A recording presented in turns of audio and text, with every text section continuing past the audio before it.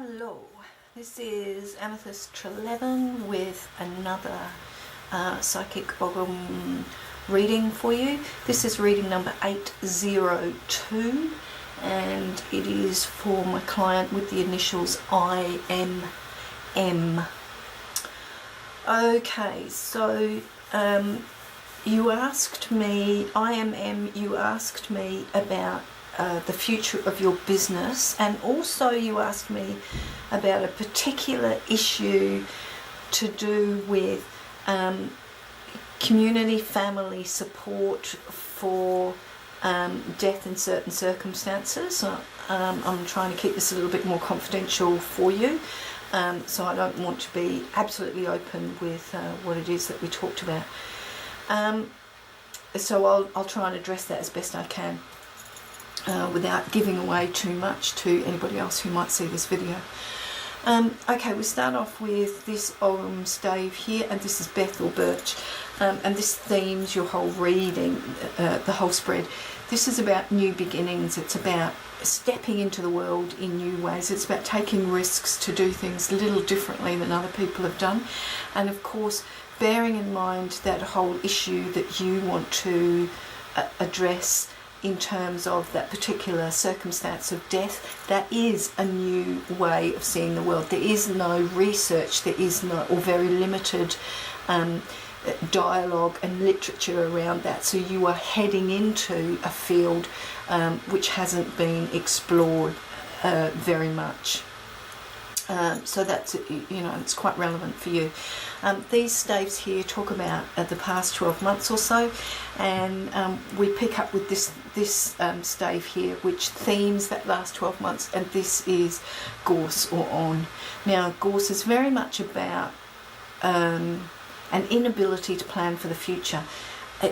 In comparison with this one here, which is Pine and all about planning for the future, the last 12 months for you that I can see in the staves here has been a little bit difficult for you, because you really like to work to a set of goals. You like to be very clearly, have them set out so that you know where you're going, and then all of a sudden things just kind of fell in a heap, not only in terms of the death of this loved one, but also in terms of the business. So it's been a little bit of treading water, it's been a little bit of firefighting, it's been a little bit of working out how to get through each day for you.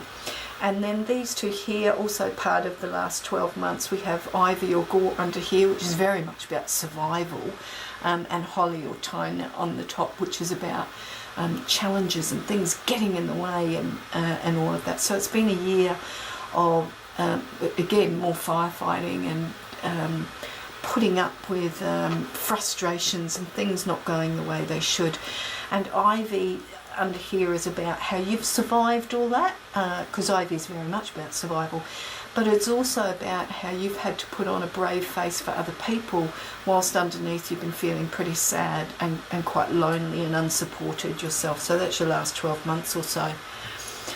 This stave here that sits in the position of what's happening for you right now is Heather, and I'm finding this a little bit of an anomaly at the moment, because this one is sticking out quite dramatically in contrast to all of these other staves here in the context of your particular question. Heather is very much about love, it's about partnerships, it's about companionship, it's about bringing people together, it's about shared devotion, but it's also about appreciating yourself, it's about loving yourself, it's about finding a place in your heart for you and recognizing how amazing you are. So I may pick up on that a little while, but at the moment I have to be really honest and say I'm not quite sure what that one is doing there at this point. So let's have a look at these Ogham staves here. These four here are the ones that we really want to focus on, because these have got some ideas to help inspire those questions that you need to answer. We'll start off with this one here, because that kind of influences and sets up the next 12 months ahead, and this is Ruis or Elder.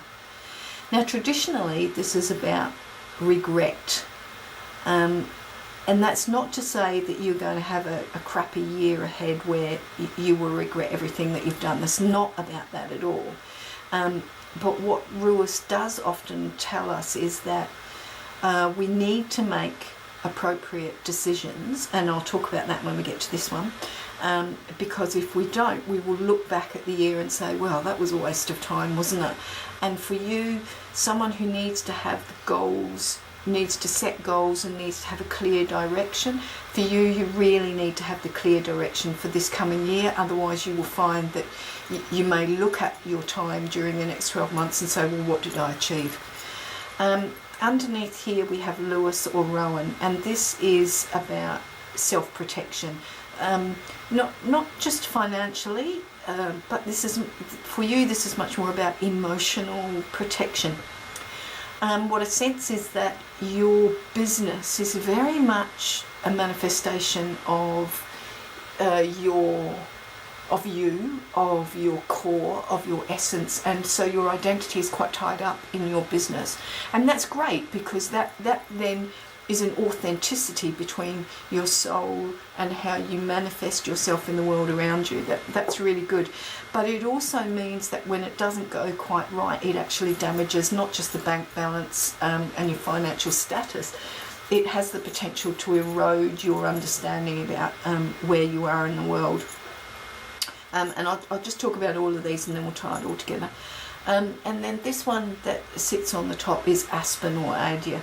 And Aspen is a little bit about fear, it's about doubts, it's about worry. So can you see when you put these two together, for you, and with this one as well, this coming year is very much about you making sure that you stick to the plan, because if you stick to the plan and you begin to deviate, then you are potentially going to waste time and waste your energies and your efforts in areas which will not support you emotionally, spiritually, physically, financially. And this is what it all boils down to. Pine. Pine or Ilium is about, it's in the position that underpins the whole of your next 12 months. And this is about planning for the future. So you can see the difference between this and this one here, which was for the last 12 months. It's really just been a case of firefighting and keeping up with what needed to be kept up with for the last few months. Pine says, okay, it's been a difficult 12 months. Things haven't always gone according to plan, but now you have the space and the time and the opportunity to sit down with your bit of paper and redesign your goals, redevelop the future 12 months. Pine, if you consider, a really good way to look at it is that if it were a really tall tree in the forest, you know, here's the forest all around you, trees are all growing, and pine grows really tall up in that and kind of pokes its way through the canopy, above the canopy. If you could climb all the way to the top of pine and sit in the top of the pine tree, and you could see all the forest around you, in front of you and behind you, all around you is the forest of these beautiful trees. And if you liken all of those trees, that forest, to your life, you are now perched on top of that pine tree, looking at your life behind you and the potential of your life in front of you. You have the capacity at this point to take a helicopter view and revisit your goals and see where they are going. So, and again, can you see, I'm not sure if you can see the relationship between these two. Beth, which was all about new beginnings and new experiences, which will come as a result of you making those goals and deciding this is what I'm going to do, which will open up a great deal of challenges and some very difficult situations to overcome, but they will be new challenges and there will be an outcome as a result of that. So when we tie all of those together, I'm just being told what Heather is all about as well. So I might pick up on that if we have time for you. So what we have here is that you want to share your experiences in some format with the relevant community so that you can help them journey through a similar set of circumstances to that you have to in relation to the death of this loved one. That, as I understand it, is what you are asking for. And again, I'm trying to be quite delicate with what I say here, because I do not want to, it's quite a delicate and intimate situation that you're in, and I want for that to remain as confidential as I can. And you talked about, do you potentially write a fiction novella about that? Your forte, your strength, your amazing ability is the written word. That is where your creativity has traditionally laid. What I'm going to suggest to you is, yes, a fiction novella is one way to go, but there may also be other avenues where you can express what occurred as a means to support other people through a similar journey. One of those is to do a video diary. If you can get a video camera and do a video diary of what occurred, warts and all, with how sad you were on occasions, how frustrated you were on occasions, with all of the legal issues that were evolving around that for you, with the emotional issues, that kind of stuff as well. The other thing that I would venture to suggest to you is that whilst I understand the need for it to be a fiction novella because of the legal implications around the situation that we're discussing, there's also no reason why perhaps you couldn't pick this up as a legitimate research topic, either in the format of a PhD and therefore have it funded by the RTS scheme, where you go and interview the people, other people who have been in similar situations to yourself, and do some legitimate, credible research that will contribute to the community that is affected by that situation. I really, really encourage you to think about doing that. The other alternative to do is, to your fiction novella idea, that the Staves have suggested to me as well, is to write a book, because of course that's your forte, you know, the whole word kind of creative medium, but to do so not as a fiction novella necessarily, but as a series of interviews. And you can change the names of all of the people that are involved in that so that you maintain confidentiality. But each of those interviews could be a mini story, if you like, that this was the circumstances behind this particular person's death, and this is how the family and the friends and loved ones coped with that. This is how the mother of that person coped with that. This is how the children of that person coped with that. This is how you know other people coped with that, and then do that with a series, perhaps 6 different people who have been in that situation, so that other people in those circumstances get an idea of the broad array of emotions that are involved, and how desolated, how isolated family and friends felt around those circumstances. So I offer you that via the Ogham Staves as another way to perhaps approach what it is that you want to do, both as a legitimate means of research, but also as a means of support for people undergoing the same journey or a similar journey to your own. The other question that you asked me was about the business, your business, and where does it go from here, given the medical circumstances that you found yourself in. I encourage you, the Staves are a little bit quieter on that front than they are on the other question that we talked about, and it may well be because, and that's right, sorry, I needed to pick up on this in terms of the other question. What the Staves were telling me about, and butted in quite a bit there with this one, was this is about, in terms of the first situation that we're talking about, that you want to explore and do the research on and all of that kind of stuff. If you can do that as the fiction novella, as a video diary, as a PhD, as a book with a series of interviews with different people or whatever it might be, that in the process of doing so you come to a greater understanding about how you feel about what occurred, and that's what Heather is. So I just needed to bring you in on that one because he was a bit late in coming through. So back to business, which was your second question. One of the things that the Ogham staves are saying to me here, they're kind of whispering at this point because they're still really quite excited about the other issue, is that having had that medical issue earlier on, which has impacted on your business, what that does show, the staves are saying, is how vulnerable your business is to your capacity to deliver to it. In other words, what that says is that if you are incapacitated for any reason, not only does your business suffer, but ultimately, of course, your financial income suffers as a result of that. So number one, they're saying with Lewis or Rowan here, please can you consider insurances, income protection insurances for the future as well, please. It's really important for you. Not that you're going to be, not that I see that you're going to be medically incapacitated again in the future, but that is a warning sign that Lewis or Rowan is picking up on.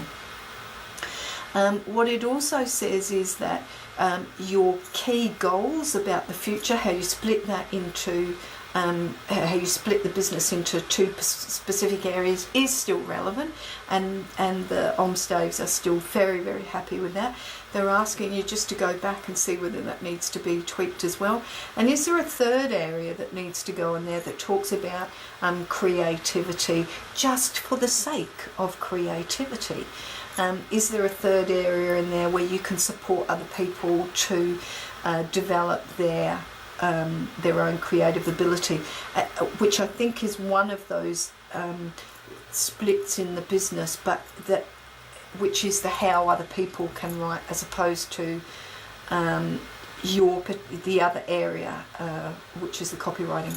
If you can focus on that area which supports other people to generate their own written word, you contribute to their success, which will continue to contribute to your success.